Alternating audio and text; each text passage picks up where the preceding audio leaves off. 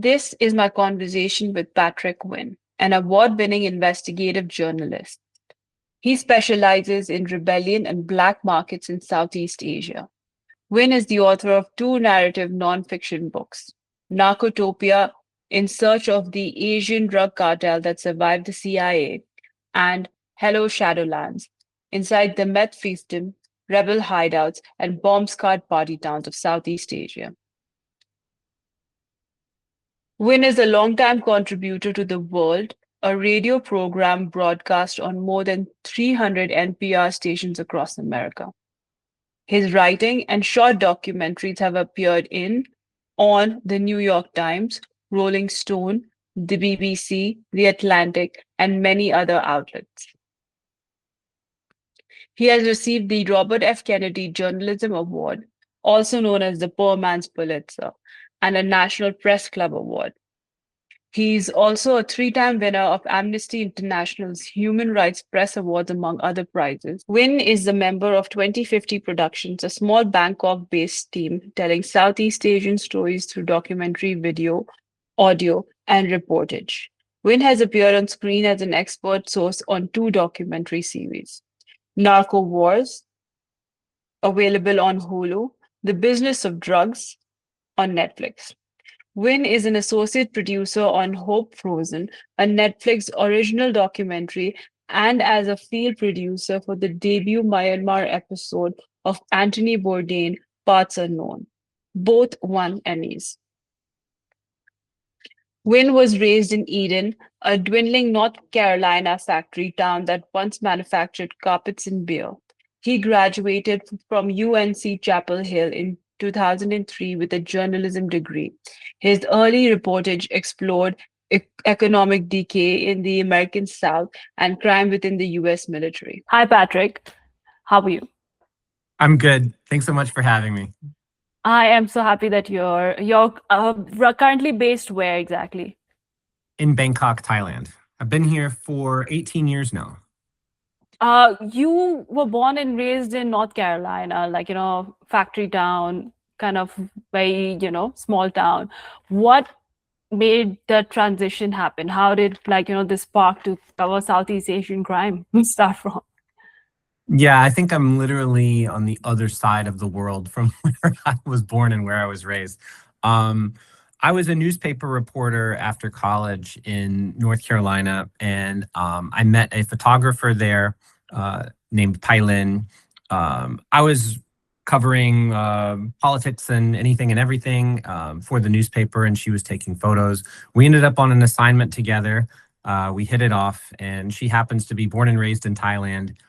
She wanted to move back to where she's from, and so I followed her, and that was, we'll be coming up on our 20th anniversary pretty soon.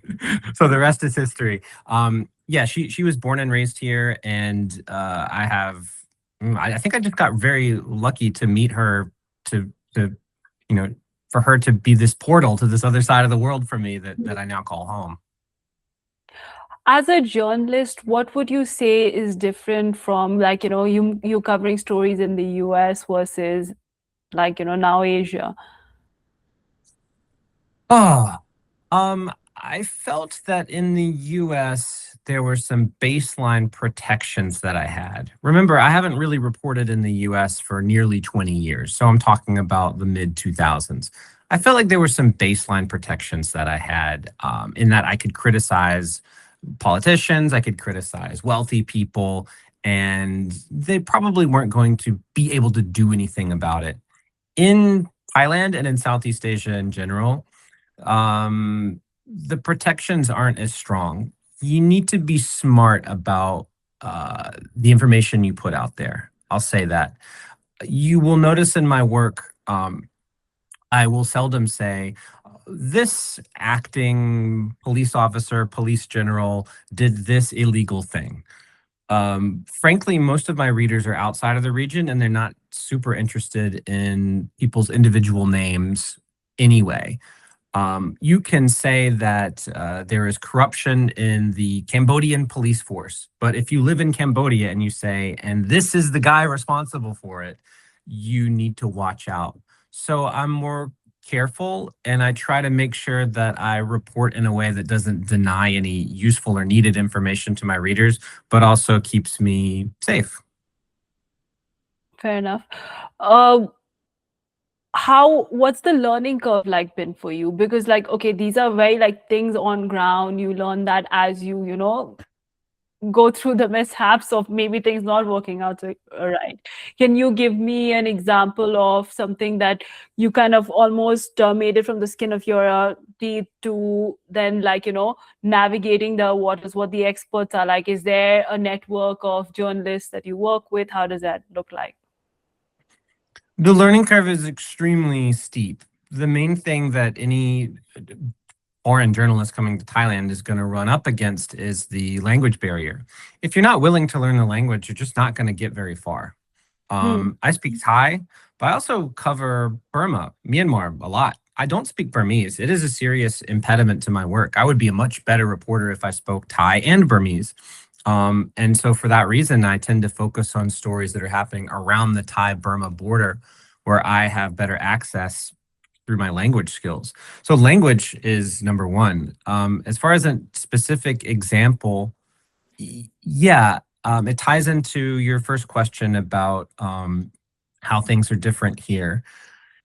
You have to be careful not only for your own safety, but I think before my own safety comes the safety of the people I work with. So you have to go into every reporting situation knowing your risk tolerance. An example is I was in Burma reporting on a copper mine that locals were not happy about because it was polluting the surrounding area. While I was there, I was traveling with in journalist circles, we would call them a fixer. I'm not too crazy about that word, but basically it's a person who does speak the language, who does have better access, but maybe doesn't have as much experience in journalism. So this particular Burmese guy that I was traveling with, he had almost never worked with journalists before, but he was really smart and was good at getting people to open up to him. And so we traveled and worked together. I hired him. Um, as soon as we got to that area, uh, he got a knock on his door late at night from the special branch of Myanmar's police, basically asking him, "Who's this foreigner that you're traveling with? Where are you going? Who are you talking to?" And I didn't find out about it until the next morning. And, we had to have a very serious talk. Do you want to turn back? Do you want to quit? How scared are you? How worried? He said, I don't want to turn back. This is kind of normal for us here. But fortunately, nothing happened. But that's a situation where if something had happened, I couldn't say I wasn't amply warned. When the police are knocking on his hotel room door in the middle of the night, that's pretty scary stuff. And so you really have to take into account the trouble that you're bringing to the people you work with and the people that you interview. Speaking of Burma, you've covered it a lot in your work, especially written like books on it. Can you start us through the journey? Because this is a very complex web that you cannot untangle with one question. Would you want to first start with like what piqued your interest, and then how did this come about into a book that can really, like connects the DEA, the US government, the Chinese headhunters? It sounds like a bit fantastical. So I'll let you, take the floor. Okay, sure. I'll start really zoomed out and then I'll go back into specifics. Yeah, I wrote a book called Narcotopia, and Narcotopia is about this particular nation inside of a nation inside Myanmar. So most people don't know this, but inside the borders of Myanmar, there is what is effectively a sovereign government that does not answer to the military government. The central government of Myanmar that's recognized at the UN, they make their own laws. They have their own license plates. They they do everything themselves. They have their own ministries of health and finance and so on. Um, this place is called Wa State, and one of the principal drivers of its economy is methamphetamine production. So I had been curious about not just Myanmar, but this specific part of Myanmar for more than 10 years. And I had made many attempts to go and talk with their leadership and meet with them. Often they just ignored my requests. Sometimes I would get a response back that was polite, but basically, thanks, but no thanks. We don't want you here. Mm. um, and then finally in 2019, I had a breakthrough where I was able to meet one of their former very senior leaders. And he opened the doors for me and allowed me to understand this place called Wa State. So for my money, I think it's the most interesting place in the world, inside perhaps the most interesting country in the world. And so that has really been my focus for, I would say for the last 10 years, my focus in general has been organized crime and narcotics trafficking. And just for people that don't understand the region, what that means in this day and age is methamphetamine. Methamphetamine is the king of all drugs in Southeast Asia. It is the primary drug that is bought and sold. I think something like more than 90% of drug arrests are for methamphetamine. You almost can't even find the drugs that people we can't easily find the drugs that people associate with this part of the world, which might be heroin.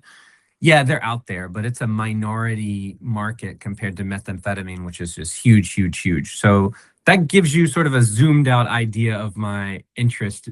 If you want to talk about my first experiences in Myanmar and Burma, I can do Yeah. that. But you sort of guide me here, Neha. Now we go back a bit, and I will ask you a question that kind of will tie into what you're saying right now. So now you talk about the war state, and then you also say this fully functioning, almost like, they defend themselves, they have an economy that's running, and it's run on meth. We kind of jump through a few key topics, but let's go back and let's define, based on what understanding, like for our audience, what would you say is a country? Oh, wow. That's a very zoomed out question. I like it. Um, a country is a place that has borders, has its own system of government, is self-governing, um, can to some degree defend itself. If it can't defend itself directly, then it can call upon a greater power to defend itself. It has some sort of ally relationship. Um, a country and a nation are two things, but they often overlap. I mean, a country is what I just described. It's the Mm, borders, it's the government, it's the administration. A nation is any group of people that feel like they are part of this giant collective. Usually they speak a common language, they may have a common religion, they may not, but they feel a part of a nation. So if you want to go with a really easy example, okay, where I am in Thailand, Thailand is a nation state. mm, So from the very northern borders of Thailand all the way down to the southern borders of Thailand, for the most part, 99% of people will feel like, yes, I'm Thai. They feel Thai. They can mm. tell you certain things that make them Thai. It's the way they speak, it's the foods they eat, it's their history, it's their culture. And the borders neatly follow, where the Thai people are. I'm speaking in generalities. Okay. Burma / Myanmar, same country, two different names, just it's chaos when it comes to um you know the there are many nations inside Burma that are not considered legitimate governments on the world stage. Look, sorry to blame the British Empire. I know it was a long time ago, I but mean, where blame is required. sure. But basically, if I could give, like, the kindergarten level explanation of this, as the British Empire, as it did many places in the world, went and drew lines around many different types of people, many groups of people that did not consider themselves of one place, and called it a country, a colony then, called Burma. And probably those lines were never meant to be drawn like that. So today you will have, the military of Burma will very strongly say, no, these are our borders. This belongs to us. But when you start to go out into the mountains and the borderlands, you find many, many different nations and many little, like, mini governments of, say, hundreds of thousands of people that are trying to run their own schools and their own hospitals and collect their own weapons and defend their own territory. And at the very least, they just want to be able to control their homeland, maybe as a part of Burma, but not Hmm. with like a boot on their head from the central government. The most successful group of this are the Wa people, and there's about these days more than 500,000 of them living inside Burma. They have the strongest military. They have the strongest sense of government. It's so strong that the central government does not mess with them. They're scared of them, as they should be. 30,000 troops. I mean, some countries like I think Kenya and Sweden have about that many troops. And here I'm talking about what you might call a rogue state or a narco state in the middle of nowhere that few people have heard of. They have as many troops as Sweden. It's quite phenomenal. So they are, I would call them a nation state. The UN might not agree, but Hmm. I think they fit all the criteria that I've described, and then some. And my prediction is I think that they will remain a pretty strong nation state for the foreseeable future. So if I want to travel to see the vast state, what are my options? Like, is that even a possibility? First, I wouldn't get a visa, or like I can't be a tourist. But for the audience who've not heard of them, they look pretty modern. They have like, proper infrastructure, they have a system. Can you give us a bit of a like, an idea of like where they started from? Who are these guys? Uh, like, let's try to see, give people an idea of like how do they function and how did they start off? Yeah, sure. They have a really fascinating history. If you had asked somebody about the Wab anytime in the last 300 years or in this part of the world, probably the first thing they would say is, "Oh, those Wa people, they are headhunters," and that's because up until around the '60s, uh, in the Wa territory, we're talking really high mountains between Burma and China. They did practice headhunting, and what that means is cutting off the heads of your enemies and putting them on sticks in front of your village as a way to tell any intruders, you might not want to mess with us. So they would do this to outsiders and they would do this to each other because at that time the Wa people were scattered into different clans and they had feuds and things like this. Um, that was the stigma that they carried. And they weaponized this because when everybody knows that if you go up into those mountains, there's scary headhunters, you leave them alone. So through this practice, they secured their freedom and independence. Again, there's not that many of them. They're surrounded by the Chinese over here and the Burmese over here. Many, many, many more. Um, these groups have many, many more people, but the Wa being small got left alone for the most part. So that's what most people would think of them as. When the British arrived, and as I said, we're drawing lines to create their colony and saying that it belonged to the British Empire and to the Queen, they did send some people up into the Wa areas and they ran into some trouble. So there's historical reports of some getting their heads cut off. Mostly the Wa would actually send envoys down the mountain to meet the colonial parties. And there was one instance where they said, you don't want to come here. We eat raw squirrels. We eat them raw. And I don't actually think that's true, but you see what they're doing. They're trying to scare the intruders so that they can be left alone to actually avoid conflict and avoid war. Um, the British were rightly It would be, scared. sorry to interrupt, but that would be their nuclear option. That's it. Sure. Yeah. Don't mess with us. We're really scary. You'll regret it.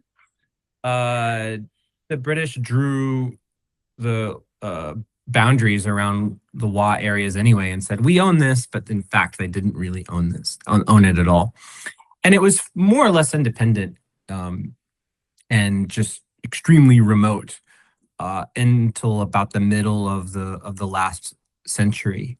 And I'll pause here in a second, but the real breakthrough came in 1989 when the Wa people really came together and coalesced and formed Wa State, and that was the first time that they really had their own nation state. Although, of course, at that time it was extremely primitive, hardly any hospitals or Hmm. any infrastructure.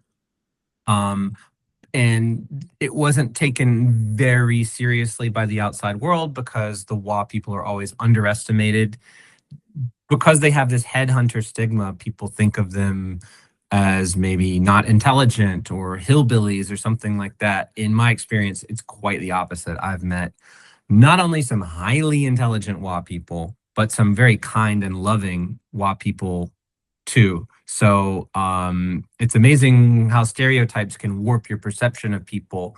You know, if I met a happen, there aren't many Wa people, but if I happen to meet a Wa person in Bangkok now, I'd be very excited. It's like, oh, we'd have so much to talk about. I'd probably end up hugging the guy before before we parted ways because Hmm. um, they are like a culturally, uh, they're like a very warm, gregarious people. I mean, from what you're saying, they seem to be just like, a regular group of people with certain identity. What makes it so fascinating? I know you've kind of alluded to meth, but can we give them a origin story? Why did they get involved in meth? How does the CIA and the DEA get involved? Sure.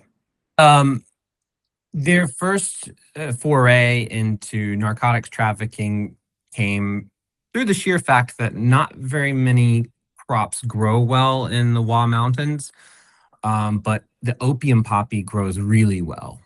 And so, if you can go back more than 100 years and they're growing opium poppy and trying to trade it um, to outsiders, usually they wouldn't use opium themselves. There was kind of a cultural prohibition against that. So once they formed their own state, they needed some serious revenue, and you can turn that opium poppy into heroin, which at the time, late 80s, early 90s, was really one of the more popular hard drugs on the world market. So they figured out how to process it into heroin.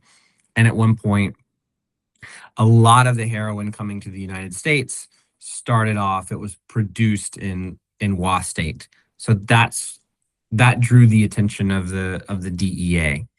We'll come back to the CIA later because it's sort of a different parallel Yes. story. Um, so that drew the attention of the DEA. The traditional DEA tactic is, uh,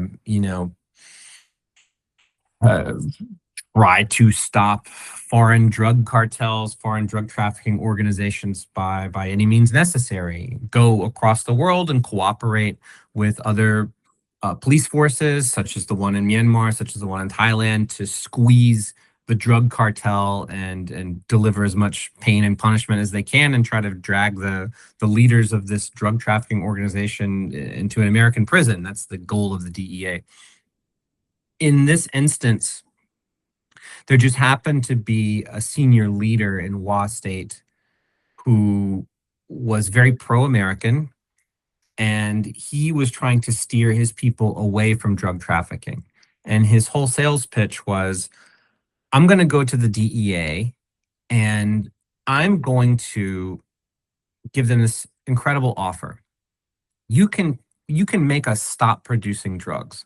That will really eliminate a lot of the drugs on the streets of the United States. But in return, you're from the richest country in the world. We need some help. So we need American help building roads, building hospitals, schools, you name it.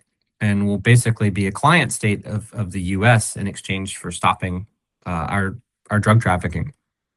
Um, so the this started a kind of a war for the soul of Law State. I mean, you had this person advocating a pro-American standpoint, and you had the more senior drug trafficker aligned leaders of Law State pushing them toward, no, we need to sell more drugs, we need to produce more drugs, we need to buy more weapons, and so that started this internal schism. I mentioned in 2019 that I had a breakthrough when I met one of the former senior leaders of Law State, the pro-American guy. That's who I met, Hmm. and he was, I think, one of the most effective and fascinating DEA informants, DEA assets in the history of the DEA. So much of my book is about his attempts to work with the DEA to give them what they want so that his people could get what they need, in short. So so this guy was Salu, and your encounter with him happened to be so like almost spontaneous. Like, okay, come, let's go, and then you end up meeting this guy. And who is this figure? What role does he play? How is he connected to the Wa state? Yeah, I met Saul Liu. He was in his early to mid 70s at the time in 2019, um, almost by accident. I had hired this other former WA soldier to try to help get me into WA state and to try to appeal to WA leaders on my behalf. And he said, what do you want? What's your purpose in doing this?" I said, "Well, ultimately, I want to talk to a WA leader about what it's really like to run this so-called country." And he said, "Oh, well, you should just talk to my father-in-law." And I said, "Who's your father-in-law?" And he brought me to meet him, and it was Saul Liu, one of the huge figure. I mean, it's like meeting the Benjamin Franklin of Wa State or something. I don't know. To use, sorry, a very American example.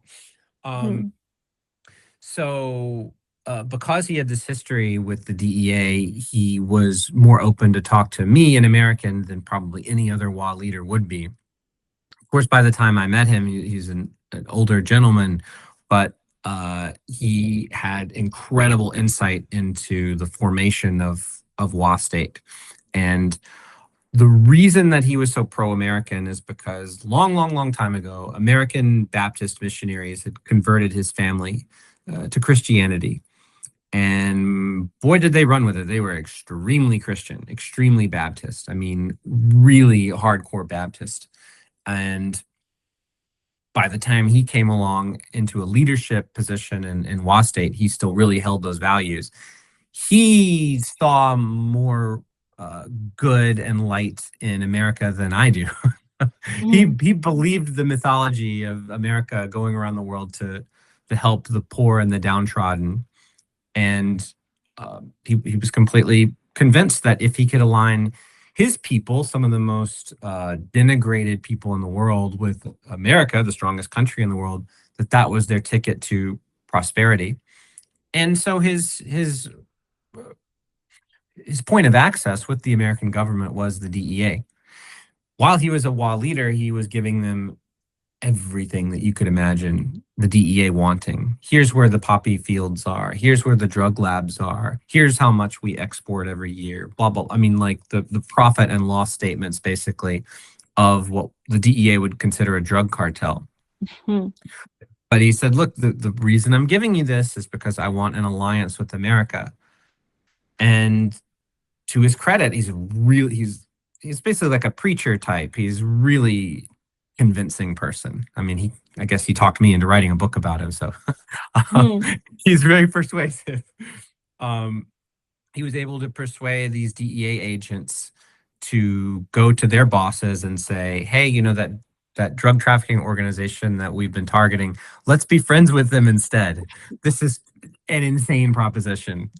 And it really actually worked its way really high up the ladder in the DEA. But ultimately, it didn't work out. It was sabotaged by the CIA. So how so? It's a little bit complicated, but I'll take a swing at it, telling a succinct version. The DEA and the CIA often, not always, but often don't get along. Because the purpose of the CIA is to gather information, to spy, to kill when it decides to, all in service of making sure that the United States is the most supreme government on earth, the most powerful government on earth. That's really their purpose. If that requires subterfuge or that requires dirty tricks, it's considered worth it because the goal is so important. The DEA has a much smaller goal, and that's to go after drug traffickers and stop the flow of drugs coming into the United States. So they don't often get along. They have this history of feuding. Again, not always, but often it happens where The CIA has an asset that they're using who may be a drug trafficker that's providing them with really good information. And the DEA will gonna want to arrest that person. And the CIA, because it's more powerful, can sort of tap the DEA agent on the shoulder and say, cut it out, like leave that guy alone. So I'm giving you this like the context in which some of these things happened. Um, the CIA at the time, was this the early 90s, had an agenda, and that was to denigrate the Burmese military junta, who were and are seriously brutal organization. And they ultimately hope to install a pro-democracy leader, Aung San Suu Kyi, who was legitimately loved by the people at that time. So that was the CIA's agenda. Some would say that was a noble agenda. Anyway, it would have made Burma a pro-American foothold in Southeast Asia, which is that's what the CIA is all about doing, right? Hmm.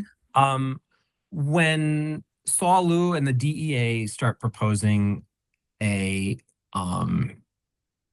sort of a U.S. alliance with Wa State, one of the biggest producers of heroin in the world and certainly the region, the net effect of that would be when people are reading global headlines around the world, they would see that Burma used to be this big bad narco state, but now it's getting better. Now it's not anymore. You can't trust the average reader to differentiate the Wa and the Burmese, blah, blah, blah. All they're going to hear is there's an amazing success in the drug war in Burma, and maybe these Burmese junta guys aren't so bad. Because that Hmm. was part of the deal. They wanted to take a lot of credit for it. Okay, you're going to have the wall wind down their drug trafficking. We want to be part of that. We want to take credit for it too. So, from my understanding, from my research, the CIA came and said that goes contrary to our agenda. We're trying to make these guys look as sinister as possible. So, long story short, they found a way to sabotage what Salu was doing and what the DEA was doing. I'll let people read the book because it's very nuanced how they did that. Of course, But I that know. I'm just like, there's so many details, and it's like you have to read it. But I want to go back a bit and talk about how the poppy industry in the vast state thrived and why it thrived, and then how is the US connected to it, because this is far off in another country. How come US interests, and why were they involved? Like, that connection has a history to it with the war. Do you want to just give that context before we go ahead? Yeah, and this is the original CIA interest in not just that part of Burma, but the Wa people themselves. Like I said, that area is really produces some luscious, very potent opium poppies. Um, Once upon a time, it was sort of a local industry that I wouldn't even call it an industry. It was just a local practice of growing the stuff, and it didn't really make its way around the world in any serious way. But in the late 40s, the Chinese communists won control of China. And as I mentioned, that part of Myanmar is right next to China. This pushed out the anti-communist Chinese forces, guerrilla forces, into Burma, into that poppy growing region.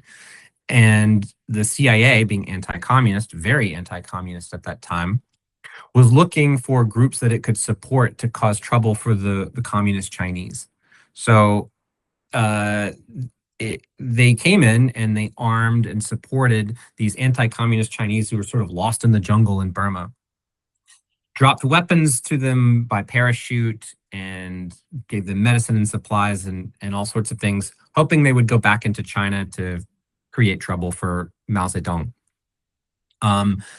It didn't work out. And so these guys end up sort of washing back into Burma, and they still are kind of rah anti-communist, but mostly they're focusing on industrializing the opium supply of that region. Remember, these guys are the anti-communist Chinese. They're merchants. They have a business mind, and they saw a great opportunity. So with those guns, they formed a small army, and they start using this army, mostly devoting its energies into processing as much opium as they can. And that really industrialized the opium trade in Southeast Asia. Um, it really industrialized the spread of heroin throughout the region. So by the time US soldiers came to Vietnam during the Vietnam War, there was an opportunity to sell heroin to them. It really blew it up, and it really started with the CIA subsidizing and backing these guys. Not only did they think it was a worthwhile compromise, like, okay, they might be opium traffickers, but they're anti communist, and that's more important.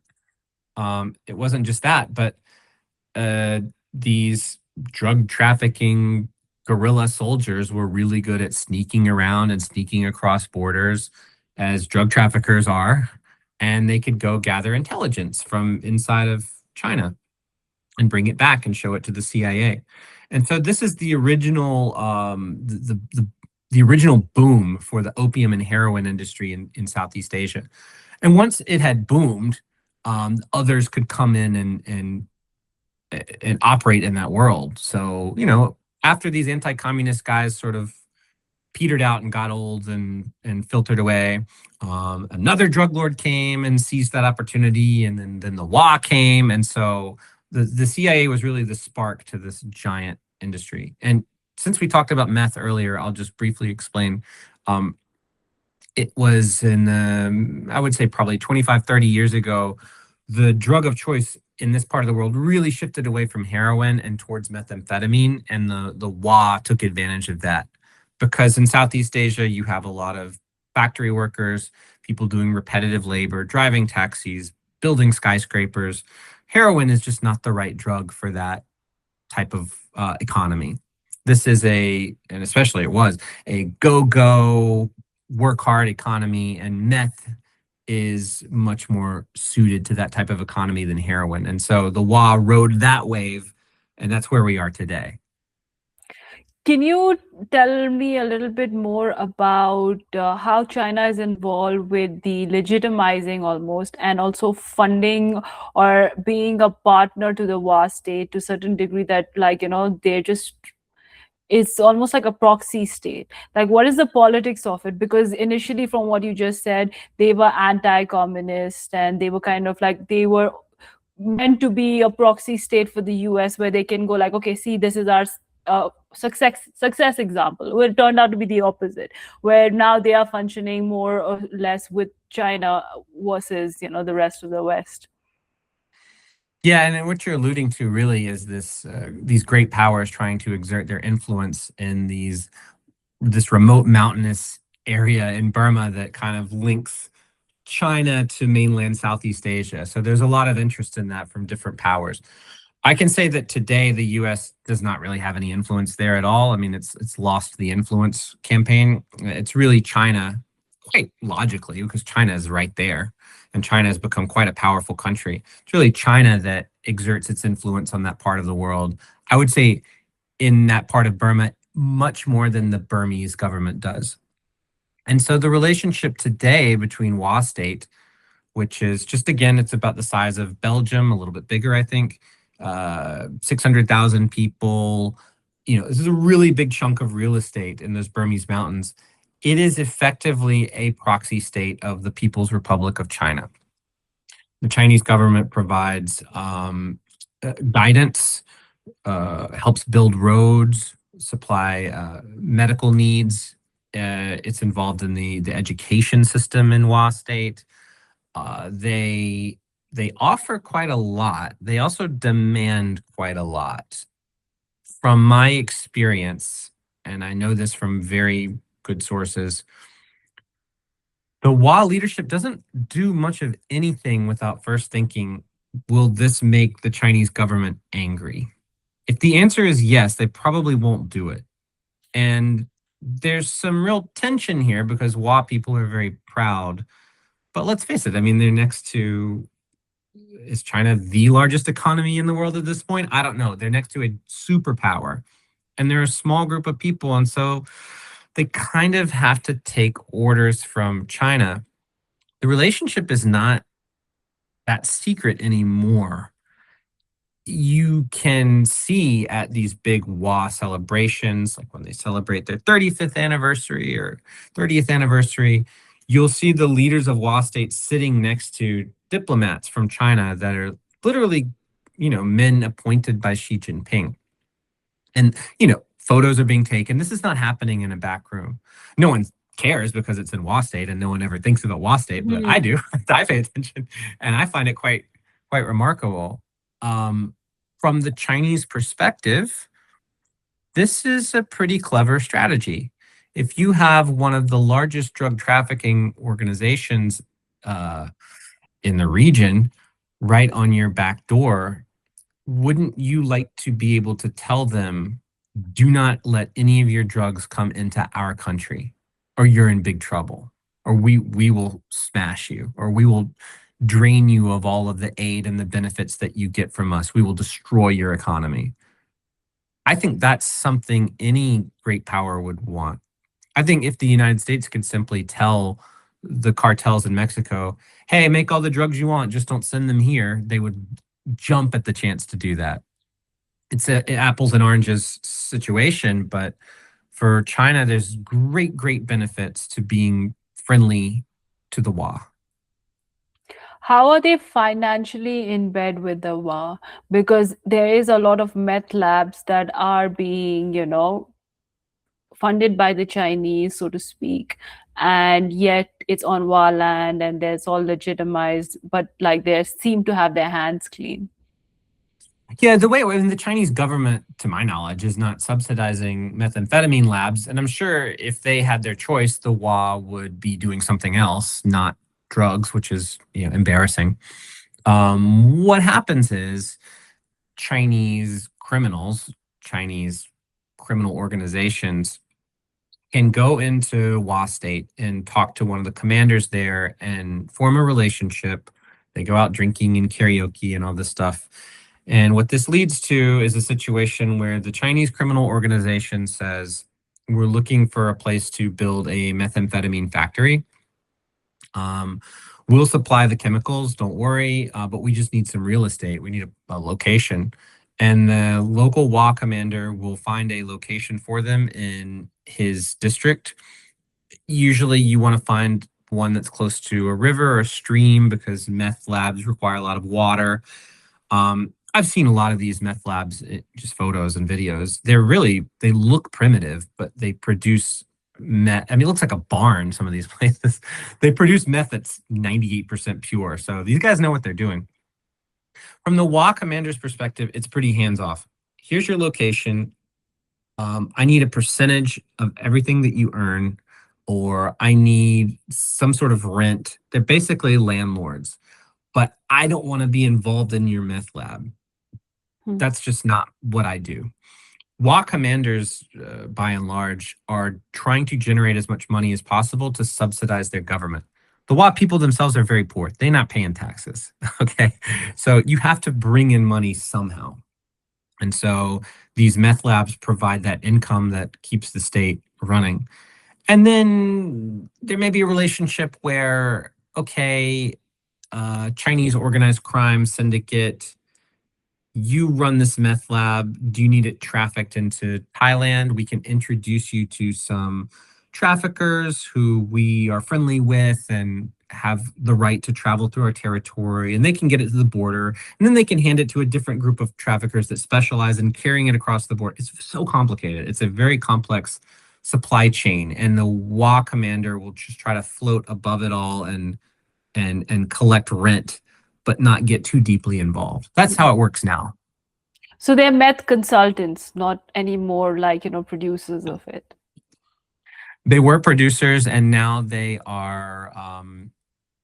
It's the highest level you can achieve financially is just being a pure capitalist, where you sit back and the factory runs and you collect rent and you don't have to operate it. Minimal labor. When you have that type of system, you can have more and more meth labs or more arrangements like this because they don't require a lot of your time and energy. Hmm. And so you can build your portfolio of revenue generating industries on your territory. And and it makes life easier for you. And then they will go use the proceeds from that methamphetamine, or the rent that they're getting from the Chinese criminal group. That will go to everything from buying medicine, buying bullets for the guns, buying food, helping build roads, probably to buying a Chanel bag for their wife, and I'm sure they're pocketing some of it too. It's hard to say, oh, it's all evil and corrupt and Of course, yeah. wrong, in when some of that money is being used to keep the Wa people, keep their state alive. If Wa state were to collapse, the Burmese military would go in and subjugate them, as it does to every single minority group that it can. So, it's good that they have a state and can defend themselves. It's not so great how they get the money to do that. It's complicated.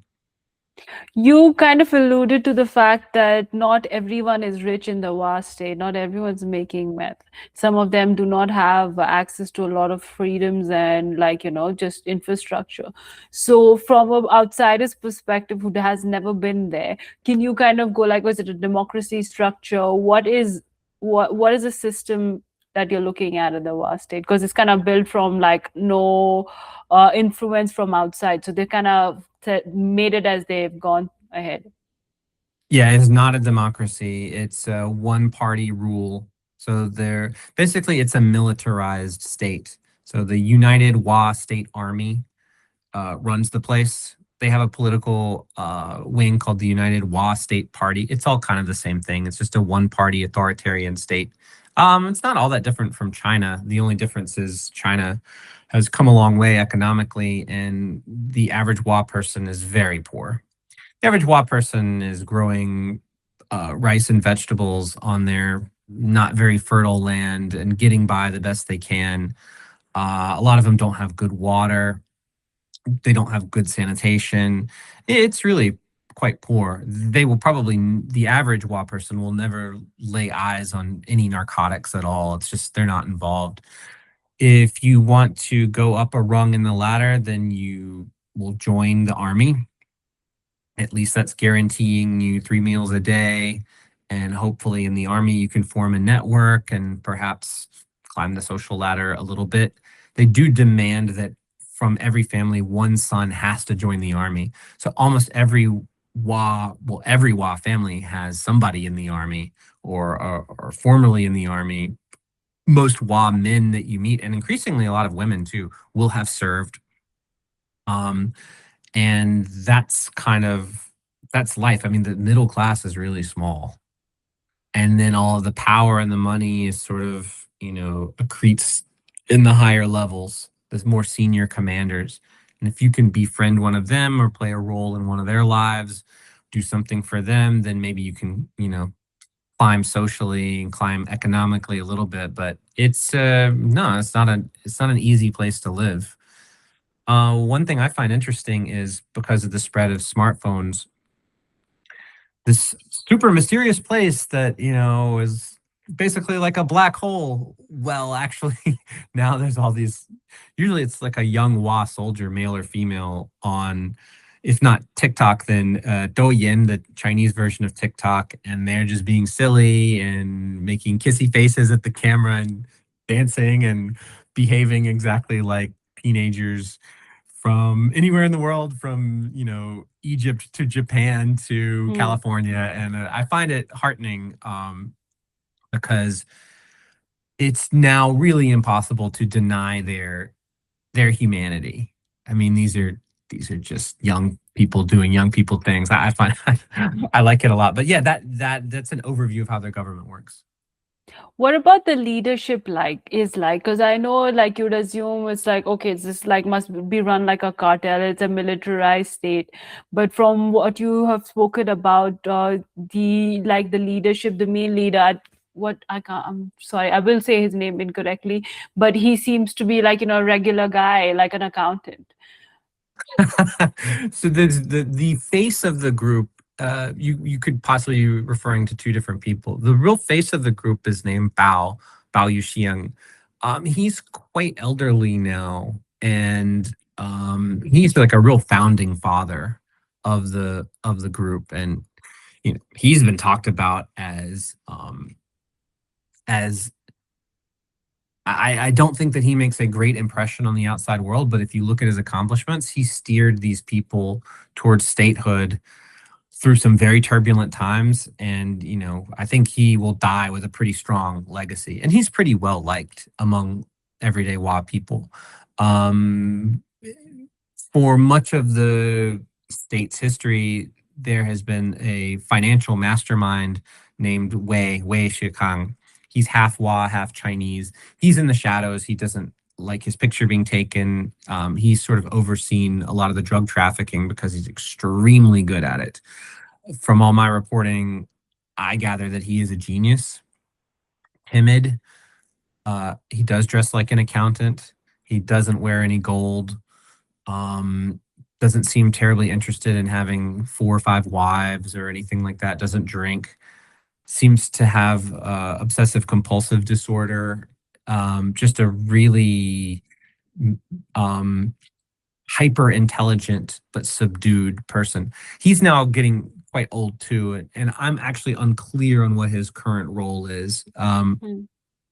We're seeing a new generation of WA leaders, more like my age. I'm 45.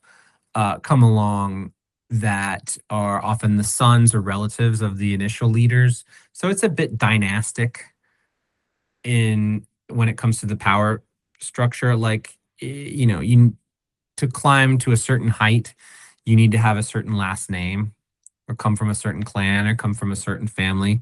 So yeah, you often see this happening with governments around the world. The next 10 years will be interesting because the elders will die off and these new leaders will come online and we'll see how they do. Often the son and the daughter of the great um, mom or dad is not as amazing and falls a little farther from the tree. But from what I gather, they're pretty competent. And so I think that the existence of the state is not in danger. Their job in the next 10 years is to try to create some type of middle class, to try to create some hope for the extremely poor people that they're supposed to support and protect. Great that they've defended themselves from the Burmese military. It's time to take it to the next level and you know deliver a better future for their people. I'm not saying it's easy. I'm not saying I know how to do that. I'm a total Mm. outsider, but that's their job moving forward. Speaking of outsider, how do you, from a Western perspective, first cover Southeast Asia? And how do you, because the thing is, who is your audience? I think your audience is more West because it comes from that perspective, that and also you speak the language. So how do you see yourself as the the point of where you're reporting it, there's this story, how do you see this going further? Because yes, you are almost like in a way saying this is the politics of it. uh from a Western perspective, people would be like, okay, how is this relevant to me? Why is this important? Yeah, I have to ask my question. I have to ask myself that question every time I start to write something. Who cares? We live in a world that people's attention is being pulled in a million different directions. So it's hard to stand out and make a living at this, frankly. Yeah, you're right. I'm writing to an English speaking audience. That's what I would say. So it doesn't matter to me where they are in the world. If they speak English, then they can absorb what I write. Just as a tangent, I have heard from several WA people or people from northern Myanmar, northern Burma, who've said, I've read your book and I really, really like it. And that means 1,000 times more than, someone from my country. Because it's Mm. very validating. I'm like, okay, good. I got it right. Or I didn't know this about my people. Oh, wow, that's really, really flattering. I find that great. And fortunately, the book has been translated into Chinese, also Italian, Russian is coming out this year, Japanese, and Spanish. So it's reached a lot of different people beyond my English speaking audience. But yeah, I, I just have to trust that if I really care about something, if I find it really, really interesting, then somebody else will too. Hmm. I'm okay if I have a small niche audience of people who are really Hmm. into this stuff. That's okay with me. I know this is not super mainstream. At the core of anything I do, I really need to be telling a good story. Well, I'm not an academic. Academic writing is for the pure pursuit of information. This happened. We're analyzing it in this way. It's not meant to be entertainment. For for what I'm doing, I'm really a storyteller. And no matter where these people are from, I'm hoping that you can draw some lessons from their life, that you can see their humanity, that their cultural background gives um, you know, color and nuance to their lives, but at the core of it, you think, man, what would I have done in that situation? Or wow, I can't believe that um in the case of Saulu, someone who endured torture and these extreme situations in pursuit of his dream.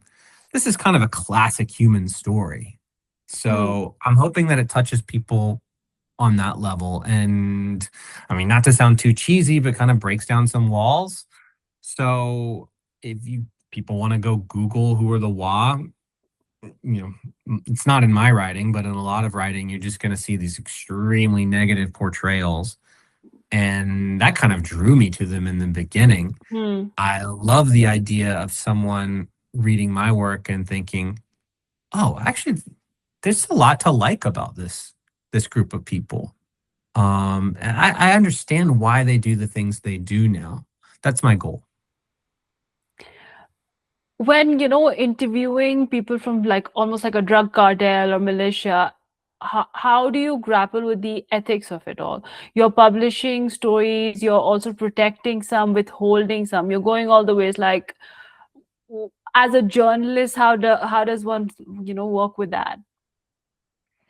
Yeah, I'm not a police officer. I'm not here to administer justice. I don't um anybody that I interview who's maybe committing criminal acts or committed them in the past, I don't want my work to be the sort of justice that I want them put in prison because of me, even if they are breaking the law. You'll notice I'm not really interviewing that many people who are crossing a moral line that I find completely intolerable. So, I don't interview child predators or something. I'd be happy for them to all go to prison. Hmm. But the drug trafficking, I think is a gray moral area. If someone says I'm trafficking drugs, um, because we need money, and if we don't have money, we can't buy guns, and if we don't have guns, then we will be oppressed. That's something that I can understand. And look, I'd be happy to talk to any person who is trafficking or formerly trafficked drugs who's just in it for the money. Yeah, I didn't have any other opportunities. And if I do this, it's very risky, but I can, feed my family and buy a Mercedes. I understand that too. I'm not really here to judge. I just want to understand how it works. Drug trafficking is, I've grown up in a culture that really painted them to be the scum of the earth. And that feeling is really back in the United States. Like the drug war is really heated back up. And, you, you know, people who sell drugs are widely considered to be murderers. Um, I don't quite see it that way. I know a lot of people who have bought and used drugs. If you want to look at US presidents, I think both Barack Obama and George Bush have admitted to using hard drugs. So you've got people on every side of the Hmm. street here. Um, Drugs are popular.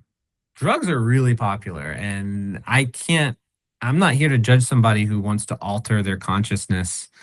Um, I just, my, yeah, it's just not my place to judge. Um, Fair.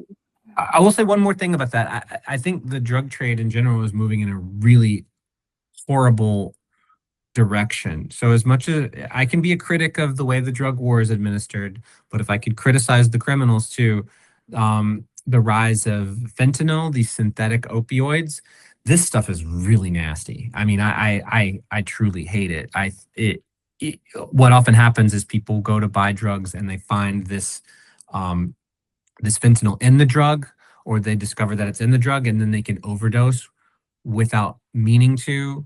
The number of people that it kills is really, really high. So I even think from drug users' perspective, they don't like this stuff. They would much rather go back to, um, heroin than synthetic heroin. It's moving in a really scary direction, and I just feel really sorry for people that are being harmed by it. So that's not a clear answer, I realize, but there's a lot of gray in this. So yeah, my question is about the American strategy against, the drug cartel, so to speak, in Southeast Asia. What's the response been like, and uh, what would you say to them? In Southeast Asia, the drug war I mean, this was a major theater, a major front in the drug war in the past. Now, I don't want to say they've given up, but I think it's pretty clear in the ranks of the DEA that this has been a failure here. There's a brand new report out by the UN just talking about how record-setting levels of methamphetamine are being produced in Southeast Asia. Now, very little of that, none that I know of, is making its way to the United States. So, okay, maybe it's not the America's problem, and so that they shouldn't be interested in fighting the drug war here. I mean, if you listen to them talk and thump their chest, they want to eliminate drugs everywhere in the world. But currently, I think that the US has completely taken its eye off the ball when it comes to Southeast Asia. If you are a DEA agent and you want to have a really amazing career, don't come here. It seems a bit of a dead end at the moment. Under the second Trump administration, there's an extreme focus on the Western Hemisphere. So that's basically Mexico and Central America and parts of South America. And they are going full on when it comes to Trump categorized narcotics as a weapon of mass destruction. And he's classified drug traffickers as narco terrorist or terrorist. This is more than just big words, okay, or big scary words. When you do that, you are saying to the CIA that narcotics traffickers are a threat to national security. And it unshackles the CIA to be able to really leap into the drug war.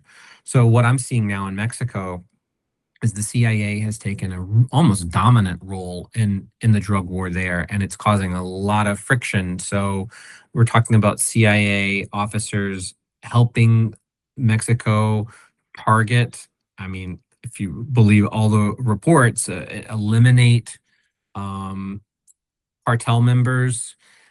This is actually not fully legal under Mexican law. The CIA, if anything, is just supposed to sit back and offer intelligence and guidance from like 10 feet away, not go into drug labs with police on the ground, which they apparently are doing. So we're entering this new and strange world where the war on drugs, is merging with the war on terror. And you can actually hear some of the Trump administration senior people, including the deputy director of the CIA, saying, like, we learned a lot, I'm paraphrasing, but we learned a lot about targeting terrorists since 9/11. Now we're going to apply that to the cartels. This is in its early days, so I don't know how it's going to turn out. I mean, they may have some short-term victories. The war on terror is not very popular. The war on drugs is not very popular. So you're bringing that closer to home. There's some real risks here because I think it's something like, I'm not sure here, but I think it's definitely more than half of all of the people who bring fentanyl into the United States are US citizens. So are they terrorists? if someone's a terrorist, you can kill them without a trial. See how muddy this could get. Mhm. So the next few years will be very interesting. From your experience covering narco-terrorism and narcotics in general, what is your recommendation? Do you legalize it all? What would the system look like based on your experience? I'm not saying it's the correct answer, but of course. Yeah, I'm happy to answer. And I'm not a policy analyst, so this is just from my 2 cents, as you said. And I'll focus on my country, the United States, because different parts of the world have different cultures and will have different instincts around this. So I feel like I can say what I want for my own country. Um, Legalizing drugs and basically, selling fentanyl at the 7-Eleven behind the counter where the cigarettes are, I think is so unpopular and goes against the will of most people, even very liberal people. They don't actually want that. And so I think that's out. Would it work? Well, it would starve the cartels and they would be economically ruined. But I don't think people want to run that experiment. Hmm. um, so uh, that's I don't think that's an option. Um, it seems to me that there is an opportunity that's being left on the table. The primary killer of Americans, actually, I think it's the number one killer of Americans 18 to 45, is fentanyl. Is narcotics, is synthetic opioids. So I'm just talking about that. I'm not talking about pot. People can smoke all the pot and do the mushrooms they want. I don't care. Have fun. The chemicals that create fentanyl begin in China, and then they're imported by cartels in Mexico, made into fentanyl, and then sent into the United States. There has been less emphasis on the China side. Why? Well, China is a fellow superpower. The United States can't really bully or push China around and tell them what to do. Um, in fact, the relationship under Trump with China has been quite antagonistic. So I wonder what would happen if the Trump administration went to China and said, "What do you want? We want you to go after the people who are siphoning off these chemicals from your industrial sector and sending them to Mexico so it can be made into fentanyl. We want you to help stop that." China is a surveillance state, so I think they could do a much better job at stopping that if they wanted to. But what if the US said, "What can we do for you? What would make you happy? What would make you willing to do this for us? Let's make a deal." Because up until now, it's been China, China, China is evil, evil, evil. And the Chinese Communist Party is intentionally poisoning Americans and Hmm. all this really nasty rhetoric that makes China throw their hands up and be like, "Well, why would I help you? You're Yeah. the United States fundamentally can never just accept that we have a giant demand problem. Americans love drugs, okay, more than any other country in the world. And so that's the root of the problem. And I think it would please China for that to be acknowledged. What would China want in return? I don't think it would be anything that would completely capitulate American sovereignty or anything. It would Hmm. probably be like, take some of these Chinese companies off your blacklist and hold back the tariffs a little bit. I mean, it's not like the U.S. would have to say, "Please invade Taiwan." Okay, now Hmm. will you work with us on fentanyl? I don't think it would have to be that extreme. So I don't know. This is the perennial problem with the United States government is it Hmm. lacks humility and it lacks the ability to say, "We understand that you are in the driver's seat when it comes to this. What can we do to make you happy?" Makes So sense. I would be interested in more conversations like that. And I don't have an insight into how those conversations sound behind closed doors. So I can only speculate by reading the news like everyone else. Of course, yeah. Uh, Not to be the devil's advocate, but if I were China, okay, and we're talking a bit of like hypotheticals, and Sure. like, let's go there for a minute. But if I'm China and I'm seeing that, my economic rival is getting, plummeted with drugs and their younger generation. Like, was it 18 to 45? You said. Sorry, correct me if I'm Yeah. wrong. And they are like, high on drugs, fentanyl specifically, losing their lives. Really, it's affecting the economy, the job market, without me having to do much. In fact, the suppliers, so to speak, are staying out of my borders. I mean, I have nothing to lose. I know it sounds horrible, but think about it. Sure. And I know every superpower, especially when you get into the ranks of, their intelligence and counterintelligence operatives and their grand strategies, they do think that way, right?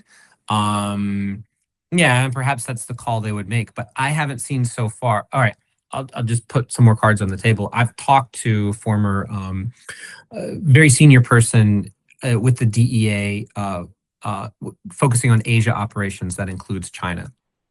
And from what I gather from him and others, the DEA can only do so much without the White House playing ball. So they do go into these meetings with their Chinese counterparts, and the Chinese say, "You need to accept that this is mostly a problem on your side. We'd like to help, but you need to accept that." Um, you know, they suggest certain things that the U.S. could do to improve the relationship. And so I'm not speaking pure hypotheticals Hmm. here. I mean, I know, I don't know exactly what's said in those closed doors. I only hear it secondhand, but I know to work on this. Um, if the United States did put some offers on the table, and it wouldn't have anything to do with drugs. It probably would be stop blacklisting certain Chinese firms so they can make more money. Um, then you could give the People's Republic of China, its leaders, the opportunity. And if they still didn't do it, okay, fine. Patrick's crazy idea doesn't work.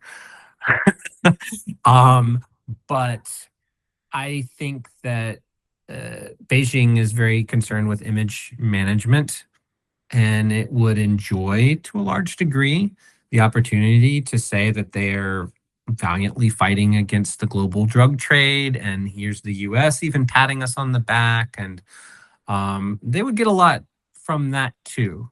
So I don't know. I don't know how cynical they really are. I'm sure there's some real China hawks, if they heard this, would be like, "Oh, Patrick's so naive."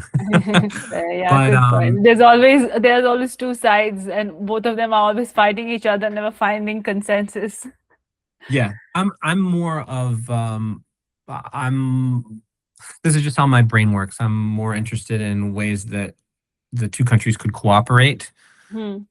This is just my personal feeling, but I think one of the most dangerous things that could happen in this century would be for the US and China to really go at it and be at serious odds. I think we've seen nothing yet. It could be really ugly and could destroy the world, hypothetically. So I'm interested in the US and China having um, you know, competitive relationship is fine, but not taking it to the darkest levels. And so this is just one opportunity where we could work together. Maybe. Hope so. Yeah. Uh, Switching gears a little bit, Myanmar's military coup in 2021 dramatically changed the country you're reporting on for years. How has that reshaped your reporting, your access, your sense of what journalism can actually accomplish in a space that is, spiraling in civil war? Yeah, it has hurt my access a lot. Truth be told, I have not returned to Myanmar slash Burma since the coup. Um, they, not too long after the coup, locked up an American journalist there who really hadn't done anything wrong. And it seemed that they held him there as a hostage just to, I don't know, lash out or perhaps uh, extract some concessions from the United States at a sensitive time for and chaotic time for what they were trying to achieve. Nice guy, by the way. By the time he was let out of prison, I mean, he was so skinny. I'm not that brave. I don't want to go down that road. So if I were to go into Myanmar, even after this new election and do my job. I'm just not sure that I could do a good job. A and B, I still am not convinced that the people I talk to wouldn't get in trouble later. That special branch of police wouldn't roll up Hmm. and say, what did that white guy ask you? What did you tell him? Come to the police station and we need to ask you. I don't want to create those situations for people. Uh, Fortunately, the Myanmar just has, I don't know why, it has this incredible crop of really smart and really hardworking people, including the journalists. So journalists on the ground, mainly from there, have done an incredibly brave job of documenting everything that's happening inside the country. I don't know how much when it comes to covering the political to and fro and the daily, I don't know that the world needs Patrick Winn on the ground covering that. I don't think I can do a better job. So I am continuing to focus on the narcotics trade, which I can do a lot of reporting here in Thailand on the border. Um, and that's enough for me now. Mainly I kind of, be perfectly honest, from a personal point of view, I just feel really bad for my friends and contacts there. I mean, it's been really hard on them. And a lot of people I know have had to move. Um, they've been in serious danger. They've a lot of depression, a lot of drinking. That who was just unleashed a real horror show for the psyche of people in that country. And so it's sad. What does the future look like for journalism? Because it's not just, oh, and in the Southeast Asian side of the world, I feel like across the board, especially when it comes to stories that need to be known to public so you can put truth to power, has been, stepped down. And the value of true and authentic stories broken down by journalists so that the whole world can see can really losing its foundation. There's a big step from especially governments, so-called liberal governments, trying to avoid any dissident voices. Journalism is in horrible shape. Horrible shape. I don't care what country you're talking about. It's in terrible shape. It's interesting. People's appetite for news is stronger than ever. I think more people than ever are reading the news and want to know what's going on in this fascinating time we live in, to put it politely. But nobody wants to pay for it. Even me. If there's an article that from in a newspaper that I'm not interested in subscribing to. I see a paywall and I'm like, I don't want to pay for Hmm. this. I just want to read this one article. So there's a lot. We, including me, expect the news to be free, and yet I need to pay my rent somehow. So um, it's really hard out there. There's just no money. I mean, more and more you see that the news that we consume is on some level subsidized by a government, whether it's the BBC, whether it's Al Jazeera, both outlets that I read a lot. Um, the big players like New York Times or Wall Street Journal can hang in there because they're just so big and they actually have subscribers. But the medium level and the low level, like the local news players, are in abysmal shape.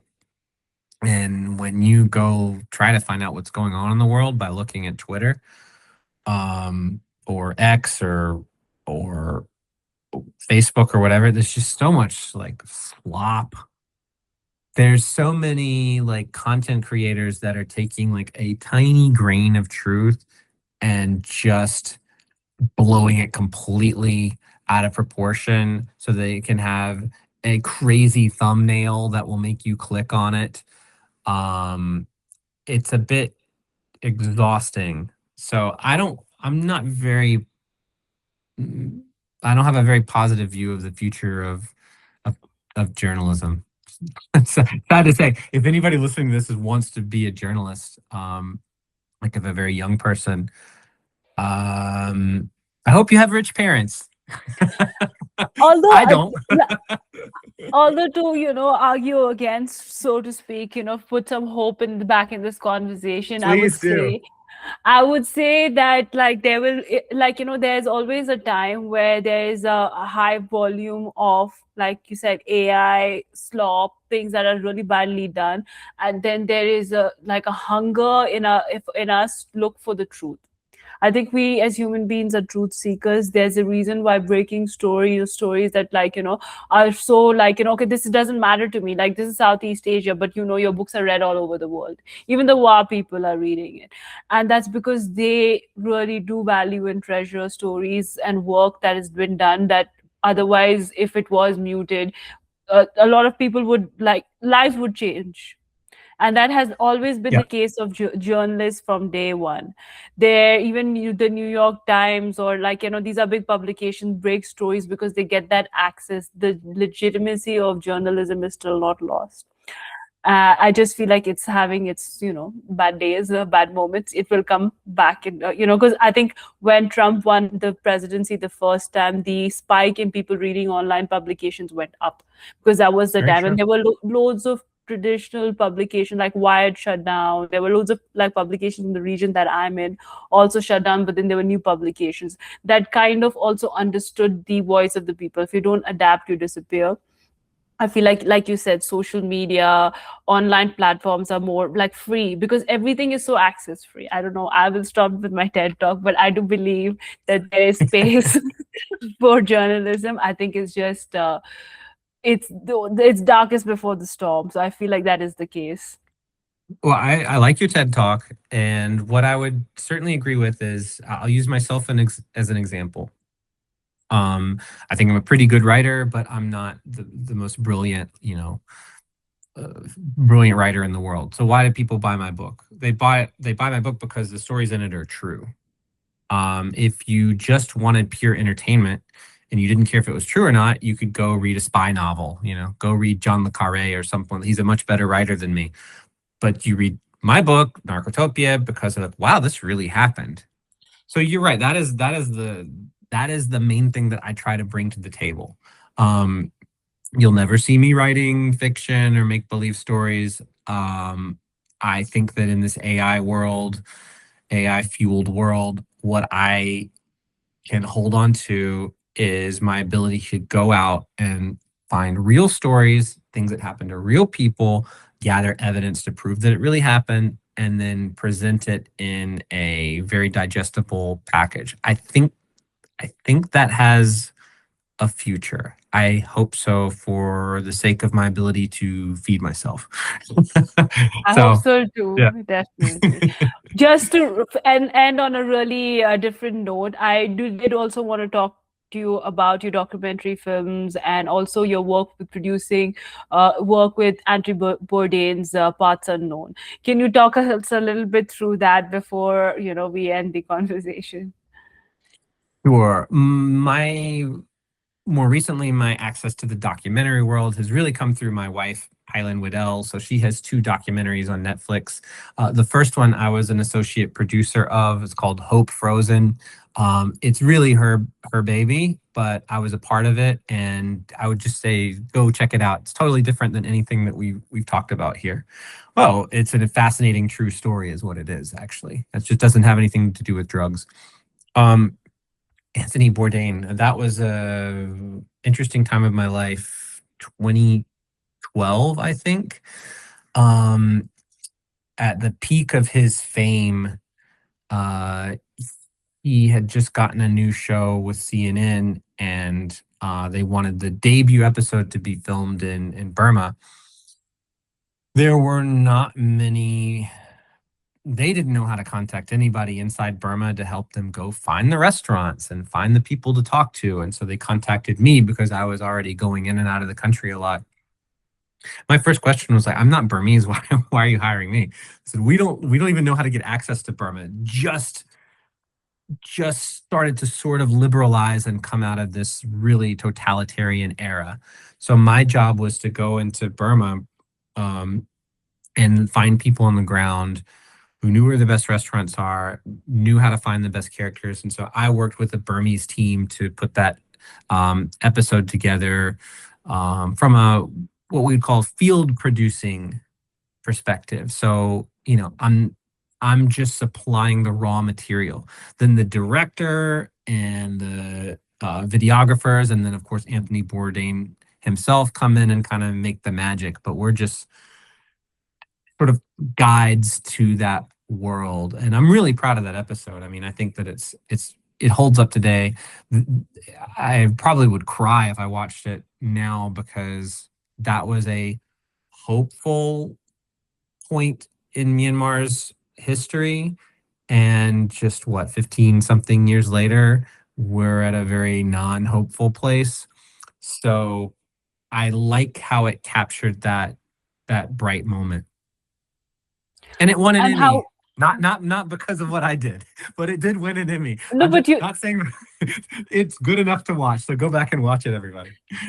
and how was it like working with Anthony Bourdain for you? Like, this episode itself is legendary, and I would highly recommend anyone watching. There is this, like you said, hopeful part of it. It is also disheartening with the context now, but what's possible and with a different approach with such a complicated country like Myanmar.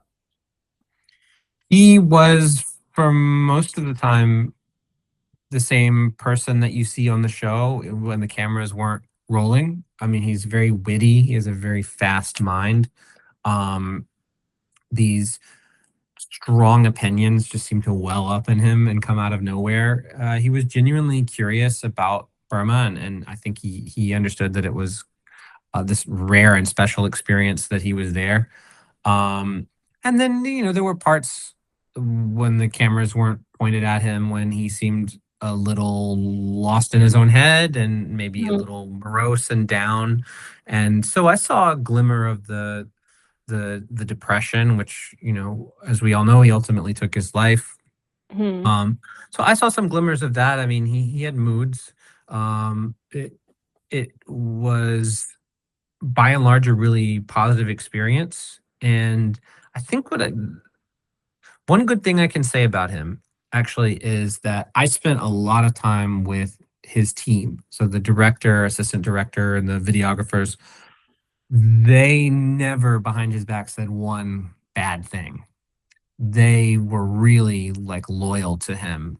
And I got it, like that they were like brothers in arms, more or less. They Hmm. had traveled the world together and spent a lot of time together and were kind of like a little family. And that was just kind of a privilege for me to pop in and be a part of it.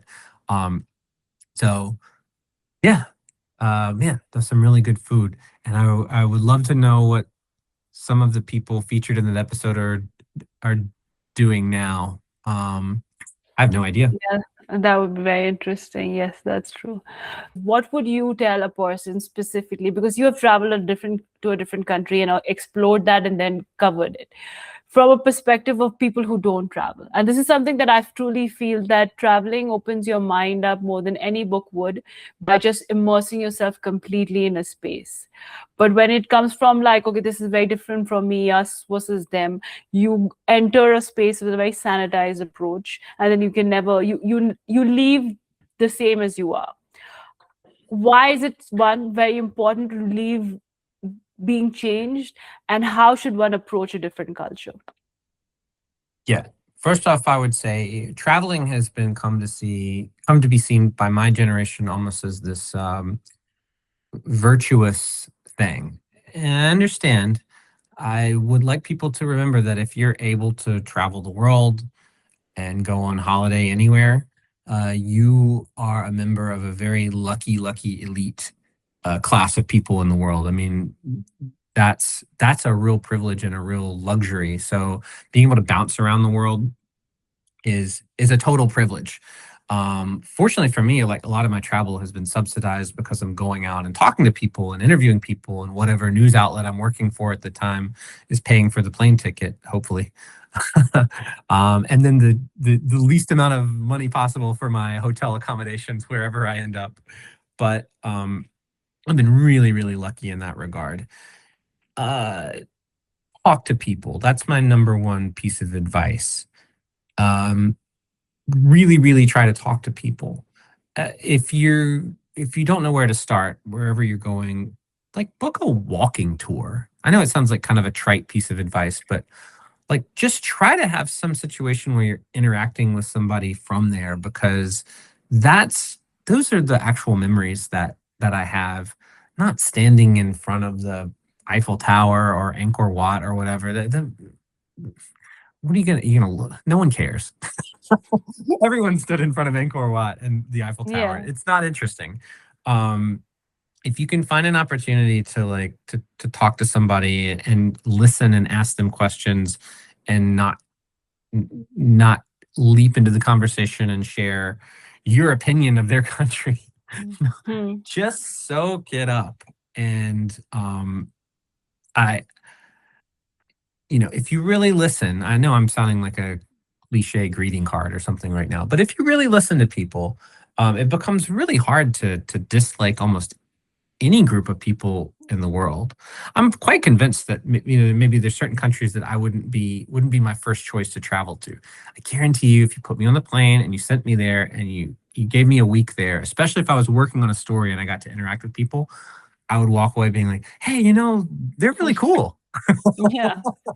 Um, I don't, I don't, I don't, if people like to categorize countries as friendly or unfriendly or hospitable or less hospitable. I don't think there's really any country where people aren't friendly. Hmm.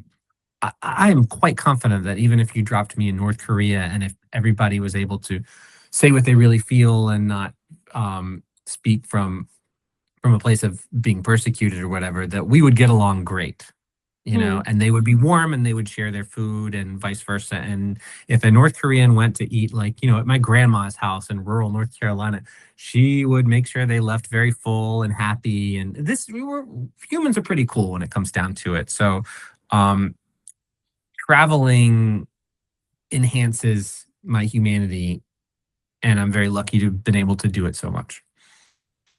Where can people find your work, and where would you recommend they start? Um, I would first recommend that people read Narcotopia. I think it's the best piece of journalism that I've done.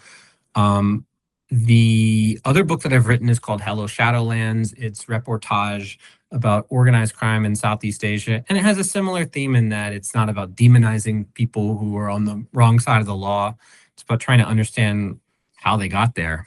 Um, I continue to do radio journalism for a show called The World that's on public radio stations, NPR stations across the United States. Those are just short form radio stories. I would say, look, to focus on the books. That's what I would, and I'm eternally grateful to anybody who will sit and re-experience these things that I experienced with me through reading these books. I mean, I just feel very grateful that anybody would read my stuff. So. Well, thank you so much for jumping on for a chat. And I would also recommend, I've read the books, and like there's nothing like it. The details, the intricacies of the relationships, the dynamics, the the way that this kind of work together, how you got the story, there's nothing like it. Thanks. So it's very kind of you, Neha. Thanks so much. And yeah, thanks for your interest. Great to chat with you. Okay, I'm gonna stop recording.